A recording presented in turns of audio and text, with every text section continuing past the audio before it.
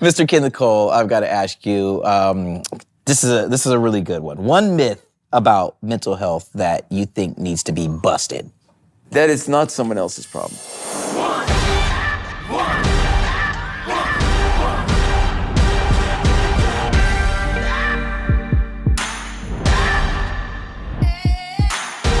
Can we do a round of applause in the showroom here?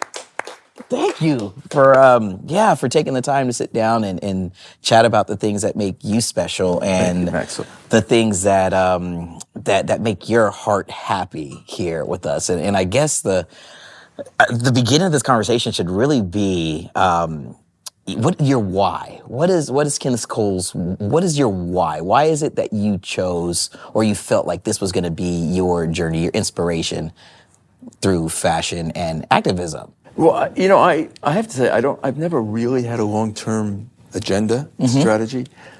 And, every day I've been all about creating options for myself. Yeah. And, you go to school because maybe it'll help you get a better job. And then you learn certain things at school that maybe will influence path A versus path B. Maybe you go to law school, which I contemplated on multiple occasions, and that just potentially opens more doors. But at the end of the day, you contemplate the universe of your alternatives, and then you choose the ones where you feel have the greatest impact. Yeah. And I started down this road. People asked me about the fashion business. I didn't really go into the fashion business. I went into the shoe business, and then I found myself in the fashion business. Yeah. And I wasn't looking one day, and I was in the fashion business. But I realized that, to the degree I can play a bigger role in how somebody presents themselves to the world, then I have a bigger part in their lives. We're looking at such an amazing legacy, 40 years of being able to allow people to be who they are through fashion. How does that fill your heart when you think about that, that's what it ended up being for you? Look, I love fashion, but I continue to remind myself and others that it's what I do. It's not who I am, and I don't define myself by it. I use it to define myself, in effect. Yeah. So, and it becomes a platform for me to talk about stuff that I think connects with people in an even more meaningful way, and will survive any hem length and any heel height and any sneaker trend or otherwise. By the way, am I doing okay with my sneaker trend? Am I doing all right? I think you're spot on. You see what he said? Spot on. You get it? Yeah, man. Let's start with what inspired you to get into or to start your own business.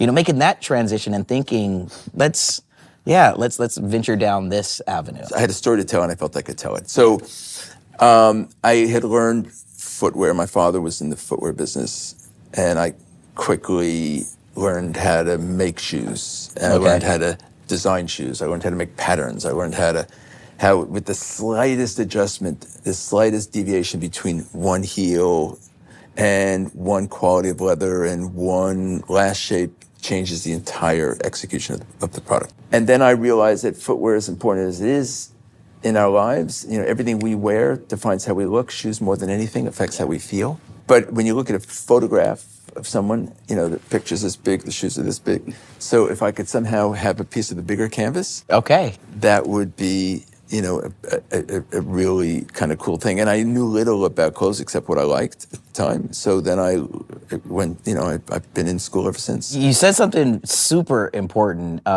It was a platform for you for you to that allowed you to, your true passion. Social, issues, commitments to being, focused on mental health and social health and heart health, which is, what the podcast is all about. Knowing that was going to be a part of the woven fabric, pun intended, in the clothing to allow you to use that platform. The ability to make an impact is everything. Business is clear. We understand the rules. You make a little bit of money, you can make a little bit of impact on your personal life, on the greater community. If you make a lot of money, you can make an even bigger one. Then if you can create a platform where that impact creates a bigger impact, and you can bring together individuals and resources that in and of themselves leverage incremental resources, It's kind of what this whole AI thing is. It's self-generating. It just goes. So how Yeah. do you create a mechanism or platform that self-generates? Your connection to mental health and how how you found it in, yourself to be that person that does advocate, that does, allow others to come to you for help, for a conversation, for resource. How do you, what is your personal connection to mental health? I've come to really understand mental health. I was very immersed in the world of HIV for a long time. A big part of my business it's something that I did early on in my career. It was on everybody's minds, but nobody's lips, because you couldn't talk about it because stigma was so devastating. Yes. Mental health today isn't much different. So, but and then at the end, I learned HIV was arguably a much more serious pandemic than COVID. It was more lethal. It wasn't anywhere near as contagious as COVID is. But now I come to realize that there's this other pandemic. 1 in 200 people live with HIV. 1 in 4 live with mental health conditions, according to WHO. And I say it's 4 and 4 because I haven't met anybody who isn't somehow affected. Yeah. Who isn't somebody they love, somebody in their family, in the community, in the workplace. Dealing with it personally. Everybody is living with it.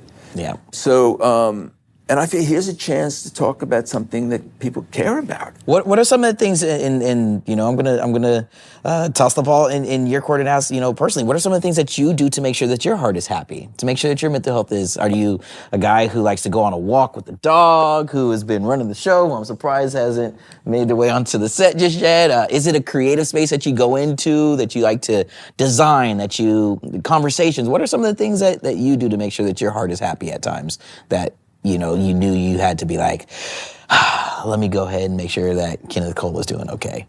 Other than medicate and caffeinate, which isn't really true. But I meditate. Amazing. When I can, when I think of it, when I remember, when I can. It's never really easy for me. Yeah. It's easier sometimes than it is others. And I just try to get away. And I try to remind myself on an ongoing basis that nothing I'm doing, certainly from a business standpoint, is going to change the world. Yeah. As much as we bring so much to it every day, and it takes so much out of us.